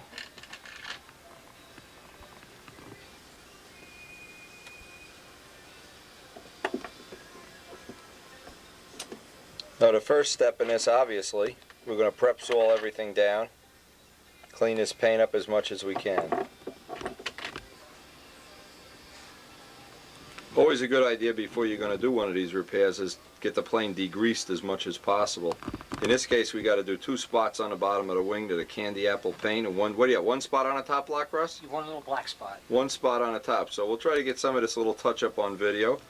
We have the M600, which is the equivalent of prep soil, and a little spray jar, a Windex bottle. Spray it on, sand it with 1200, and wipe it down. That's step 1.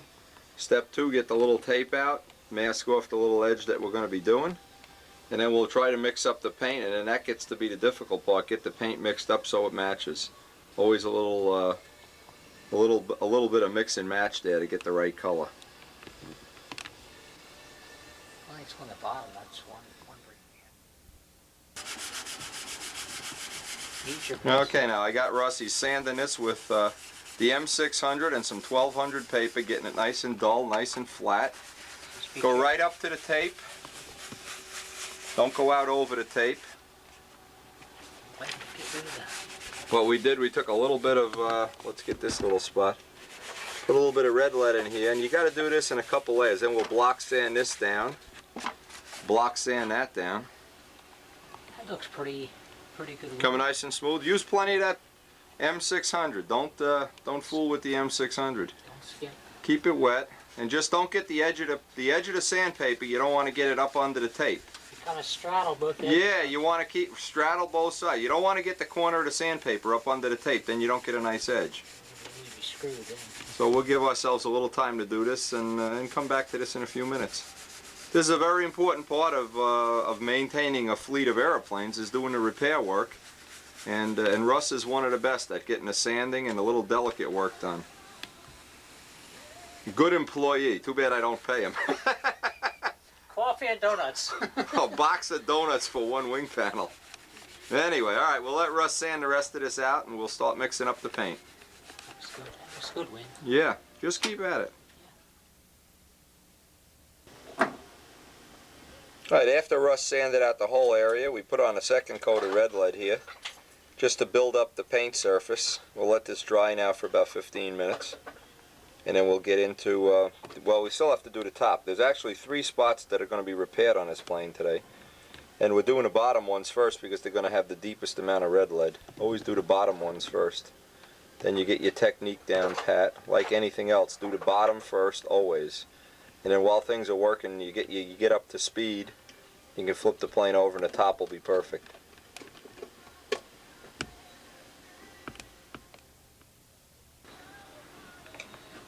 Alright, we're going to start on the outer wing. We got the inner wing repaired and pretty much just waiting for the red lead to dry. Now this will be basically the same procedure on the outside wing. Then we're going to flip it over while this is all drying and work on a top block. There's a ding in the top block too. So that'll be the next step.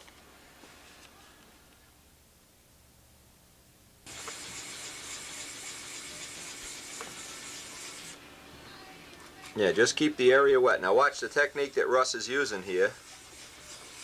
Got the M600 in a spray can. Just feel it with your finger. When you can't feel it anymore, then you know you've got enough. You've got it sanded down enough. And on this side, we have to go and do the black stripe too. Yeah, just give it a little shot with the M600. block sanded out. Got a nice soft block, a piece of soft balsa wood, 1200 sandpaper. Get it nice and smooth. A lot of people underestimate how important it is to be able to repair a plane. It's really annoying when you get a plane that's a year old, it's all trimmed out, it flies like the wind, you're used to flying it, you're real comfortable with it, and it's got a whole bunch of dings and dongs on it. Now another thing we're going to try to do, Russ just brought up a good point, and I'll mention it on the video. The leading edge of this has taken a beating from putting it in and out of the car, and then people launching it with rings and stuff, so we're going to mask off the leading edge into a black de-icer boot. And then obviously block sand it down the way we are, and then go ahead and spray the leading edge black, just a nice black lacquer job. And so he has some black metal flake on here, and we'll have that. It'll coordinate with the lettering real nice. It'll add one trim color, and it'll protect the leading edge. Now if you have to patch up, when you have to patch up a white leading edge, it's murder. When you're going to patch up a black de-icer boot, it's a piece of cake.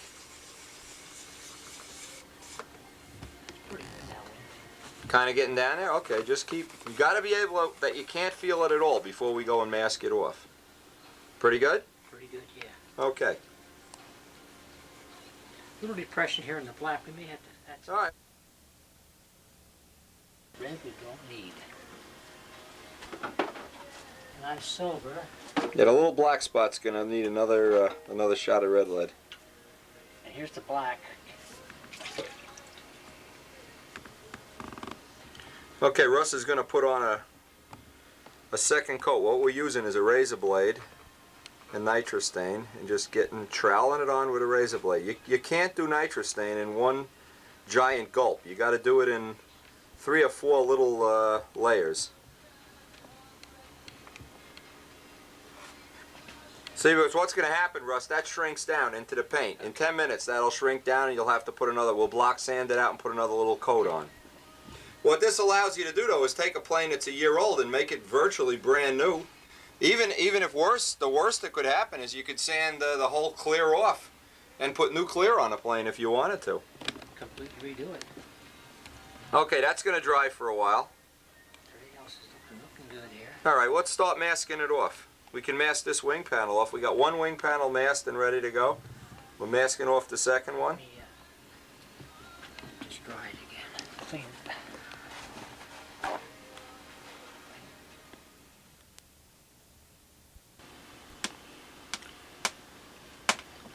Hold on a second.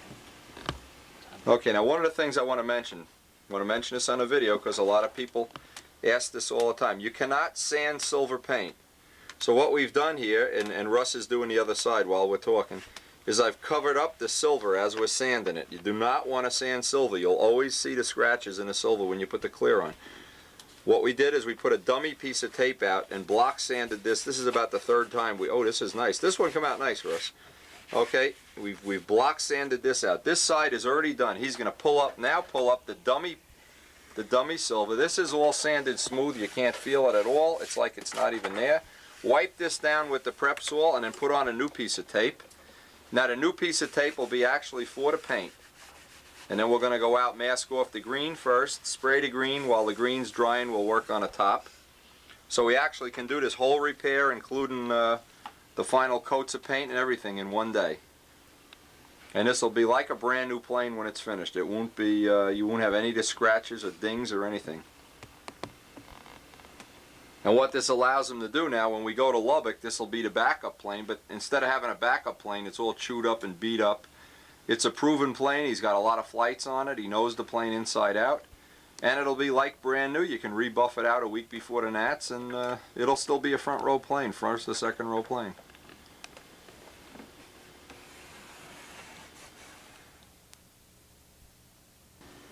It's all prepped. Okay, she's all prepped. We got the compressor set at 25 pounds. Give me some hose there, Russ. Now what's important, here's a couple of good things. When this plane was actually painted, Russ had the foresight to save some of the actual paint that we did the trim with. So this should be a relatively good match. And we really don't have a lot of extra paint. We have enough to do this stuff. You want to open that door? Make sure the dog doesn't get out, Russ. Open the door and make sure the door upstairs is shut, that Jetson doesn't get out.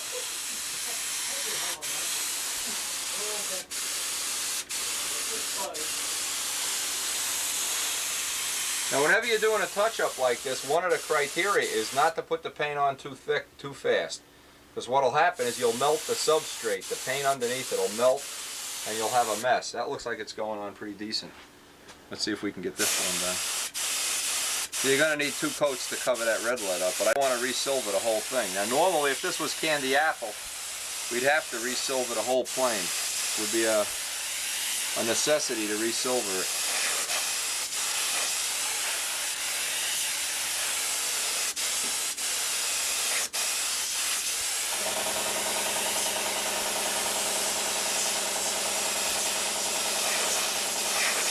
Again, we might be able to do some of this painting outside later, but right now this is just such a small area. I don't think we're going to have to do it. 30? Okay, that's close enough. Alright, that's good for 1 coat. Okay, the first coat, we'll let that dry. Let that dry now and we'll be all set.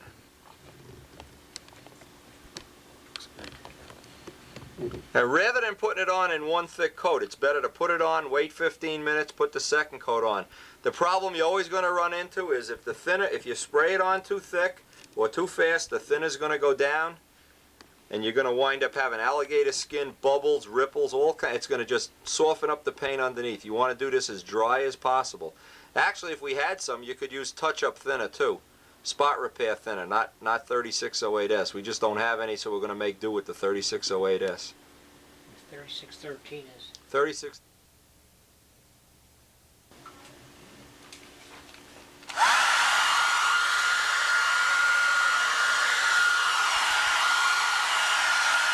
You got the door open, right? Sure. Okay. Yeah, I don't breathe too much of this thing.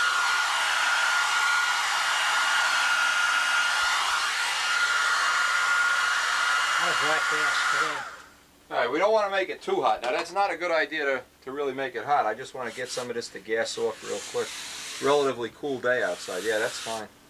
That's going to be good. Side looks good. Okay, let me have the compressor. It's good. He's alive.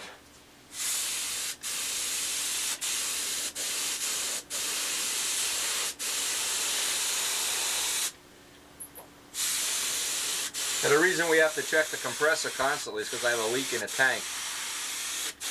After 25 years, the compressor looks like it's getting ready to give up the ghost here.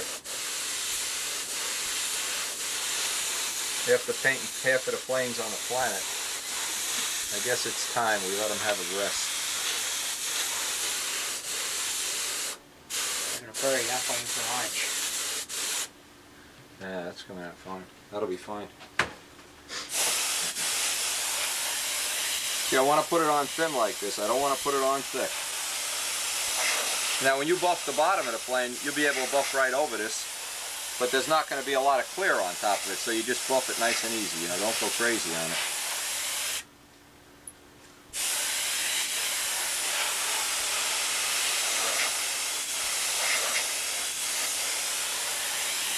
Alright, we'll let this dry another 10 minutes, give it 1 more coat. And that ought to do it, boy. This side's perfect. Looks great. That's really dry.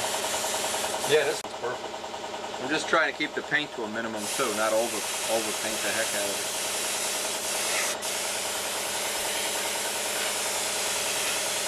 Just remember, let it dry for at least a week before we go sanding it or buffing it out.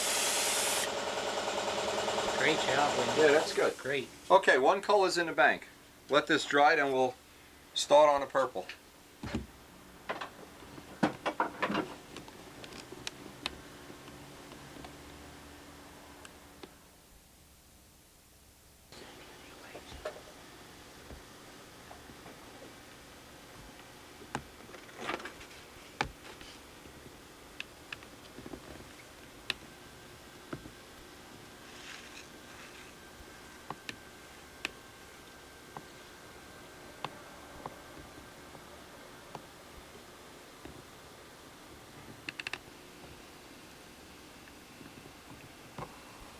Alright, now obviously the next step is going to be we're going to pull off the paper, back mask it so that the purple is exposed, and then spray the purple. Same thing we did right here, but we're just going to change the paint in the gun now and do the purple.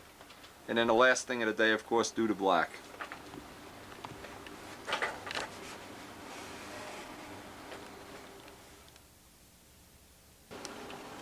What about the extra charge for the shipping?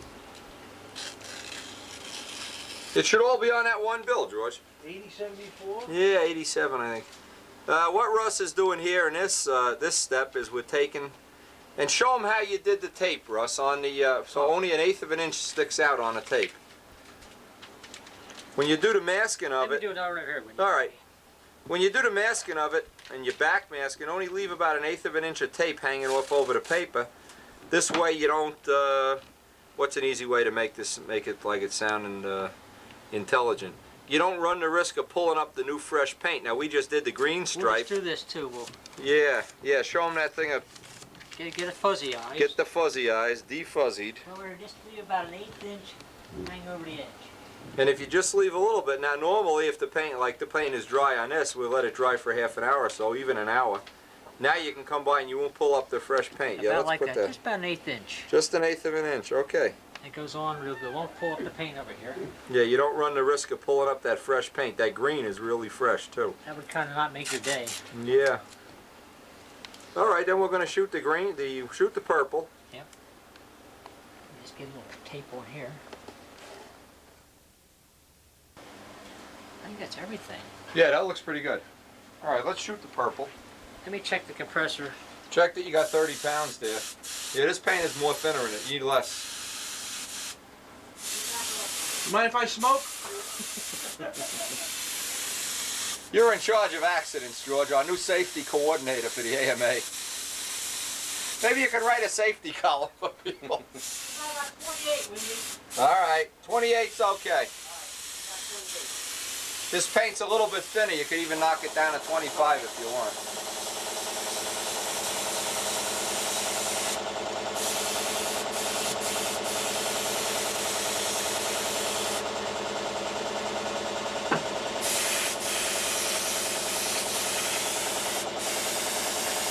That's 26. All right, that should be good. Yeah, this is a little thinner than the other one. The thinner you make the paint, obviously, the less pressure you need to use. And this paint has some pearl and flake in it, so we really have to get it on. If this was just black, we'd only have to do a little touch-up. We wouldn't have to do the whole area. Because it's all metallics and pearl colors, it's a little harder to blend it all in.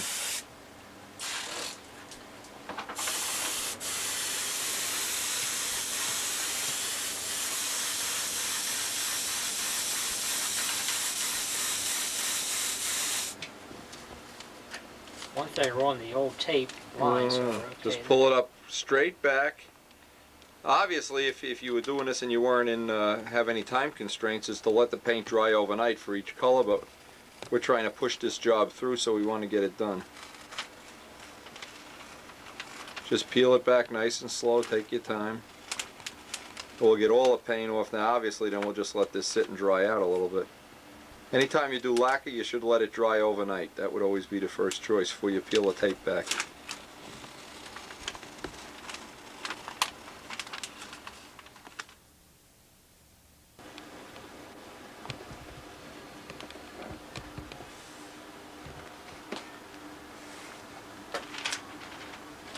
Okay, one wing is really finished now. Russ is taking the tape off the second wing. We have a little black spot there, then we're going to work on a top block.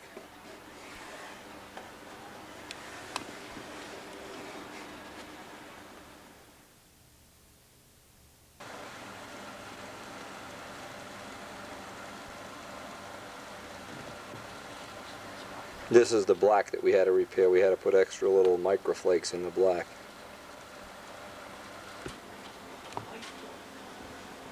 Okay, you can see this ding in Russ's top block. And what we're going to do is put a little navigation light in there, because to fix this it would be more work than it really was worth right now. We'll put a little navigation light up there. Kind of looks semi-scale or whatever. It'll be better than looking at a ding too.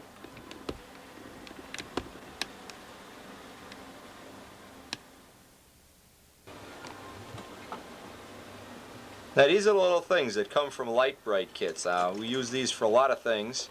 Number one, to plug up the fuel tubing, but in this case we can make a little navigation light out of it. And it'll cut. There's a lot of ways to repair things. One of the best is to always find some way of covering it up. And I'll show you some of the other little tricks that we've used on this plane to cover up dings in the past. Alright, Russ is going to find a piece of copper tubing in the old copper tubing box that's just a little bit smaller than the diameter of our a little Light Bright. Some of the other things you can use Light Brights for, the little caps on the fuel tubing.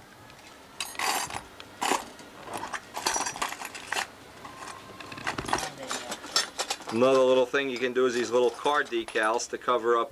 Somebody puts a fingernail or whatever in your plane, you can cover them up with those decals. Covering up the mistakes is a big important part of keeping a plane looking front rowish.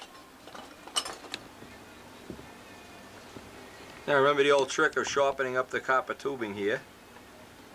Hey, that's going to look pretty good right there, Win. Yeah, that'll disguise it real well. The guy that had the ballerina had them in the red-green lights in the tips. I remember seeing that. That was a great trick. Charlie Lickleader had a like a Light Bright thing on the outboard tip, like it was green, and the inboard tip red or whatever. How about your Mustang cockpit? Yeah. And your jet cockpit? The old sweeper cockpit had more Light Brights in it. Boy, I was afraid some kid would come along and steal it. Anyway, Russ got a nice hole in there now. Now, you got to be real careful not to drop the thing down through the hole, or we're going to have instant differential flaps. That's right. All right, there's the little hole that we have for the what now is going to be a navigation light.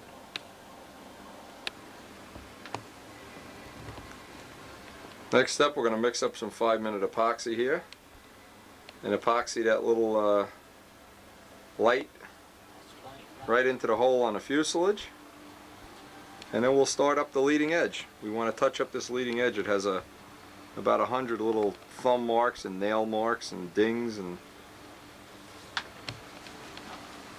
it's had a good year of flying out of this guy though. I really can't complain about the day we're actually putting a whole day into this touch up, but it'll be should be like a new plane when we're finished. The bottom came out almost perfect. I'll bet when it's buffed out you won't even be able to see it. How you doing with the epoxy there, okay? Yep. Mix it up good with the Q-tips. Take the Q-tips, put the Q-tips in the hole so you have plenty of epoxy down in the hole.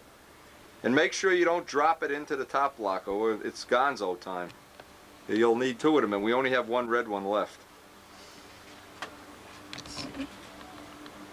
You know, drop it in there, get it, force it down in there. We can always wipe the extra off with alcohol here.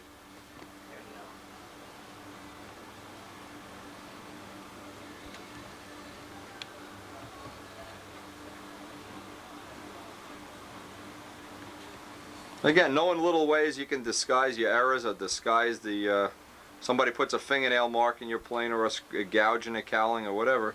Keep the plane nice and neat looking, right? As long as the useful life of the plane. You don't have a plane that's going to look 10 years old when it's 1 year old. You'll have one that's 10 years old and look 1 year old.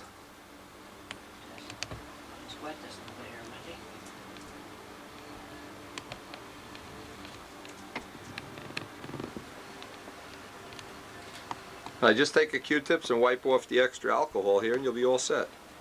Do it with a Q-tips, it'll be easier. Yeah, just wipe it right off. Clean it up, then take the dry side of the Q-tips. Squeeze it off. And squeeze it off with the dry side.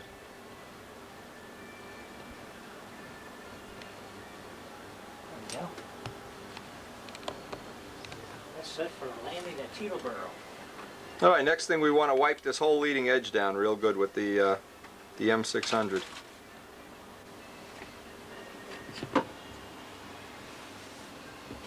Okay, so you're just going to wipe down the leading edge now, and we'll make like a de-icer boot. That's always a good way to disguise the, you know, obviously this is just one more trick to disguising the damage and the hanger rash and everything. Make a little de-icer boot for the front of the wing. Then we can patch it with the red lead, go right over it with the black, and it'll be a lot less conspicuous.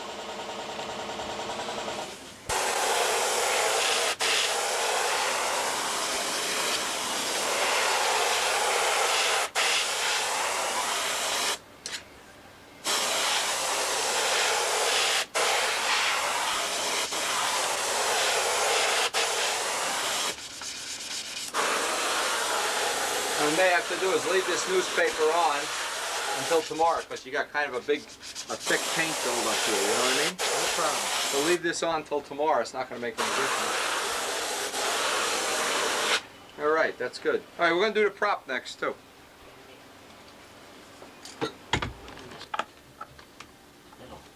Little maintenance. And where the wheel pants are chewed up on the bottom, since we have a little bit of paint left over, a little bit of the gold flake paint, we're going to take the wheel pants off and sand them down and do a little touch up on the wheel pants, so even they'll be like brand new. And not many people go through a whole season of flying, especially over grass, and don't chew up the wheel pants, so this will bring them up to like new condition. They wouldn't help me anyway, but it would be better somewhere. Now I want to just show that on Russ's ship here, there's a set screw here that goes into a blind nut in the pants, and then the axle screw. So this is a nice way, if you don't use the star washer method, you can use this method. This method works good of just having the extra screw there. Alright, obviously you clean everything with M600, wet sand it with 600, and we'll go right outside and do some touch up on it. I already have the paint in the gun from doing a leading edge.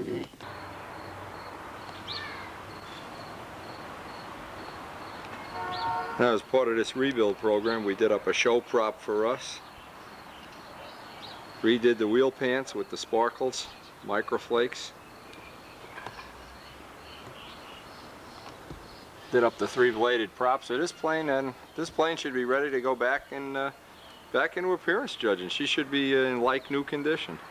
Now we're going to leave the tape on the leading edge of the wing, just for the simple reason that the tape will come off neater and cleaner. And we don't have a silver stripe around it, so we'd like to get that as nice and clean as an edge as possible. So Russ is doing up the